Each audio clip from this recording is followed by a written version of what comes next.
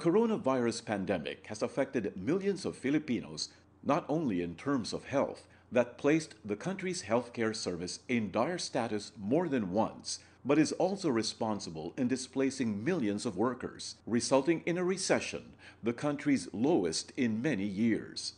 With the looming uncertainty that many had faced, some found hope in social media, and what turned out as a pastime for most translated for a feasible opportunity that filled the need to earn extra.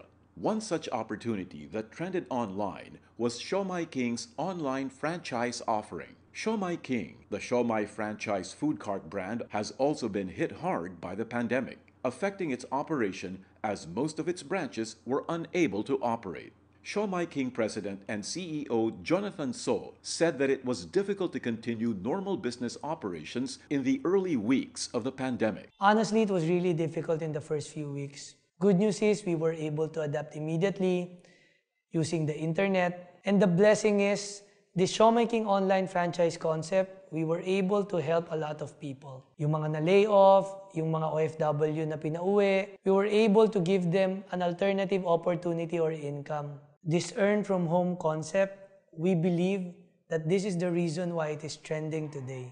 Siomai King Vice President and CFO Carlito Macadangdang also shared his insights about how their company can help our kababayans earn while at home. Of course, we always look at profitability on how we could sustain the operation of the company, especially during these trying times. That's why when we thought about transitioning to an online franchise platform, we set our focus more on how we can help our people on how they can earn from home, especially our franchisees and distributors. And of course, keeping our customers happy. In that way, we can fulfill the mission that is to make sure that no one of our employees will be laid off. Hindi importante ang kita ng kumpanya sa panahon ngayon. Ang importante, maitawid namin sila tong pandemic na to.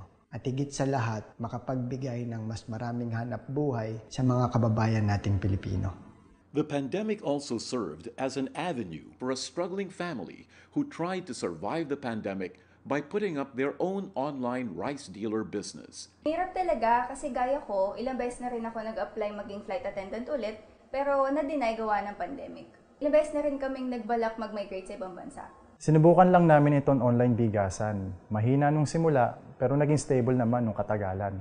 When her mom came across an ad in Facebook about a trending online franchise business of Siomai King, she was hesitant at first, but later gave it a shot. Hindi ko pinapansin yung Siomai King online franchise business. Mama ko talaga yung unang nakakita kasi nga busy na ako sa bigasan ko. Pero dahil naisip ko na baka pwede naman pagsabayan yung bigasan at yung pagbebenta ng frozen food products ng Siomai King, at total pares online naman, sinubukan na din namin. Ngayon, kumikita kami ng 2.5 kada araw sa Siomai King online franchise business. For our kababayans like the once struggling mom and housewife Luis Abayan and her family, their newfound career in the Siomai King online franchise business platform is sure to steam them to success.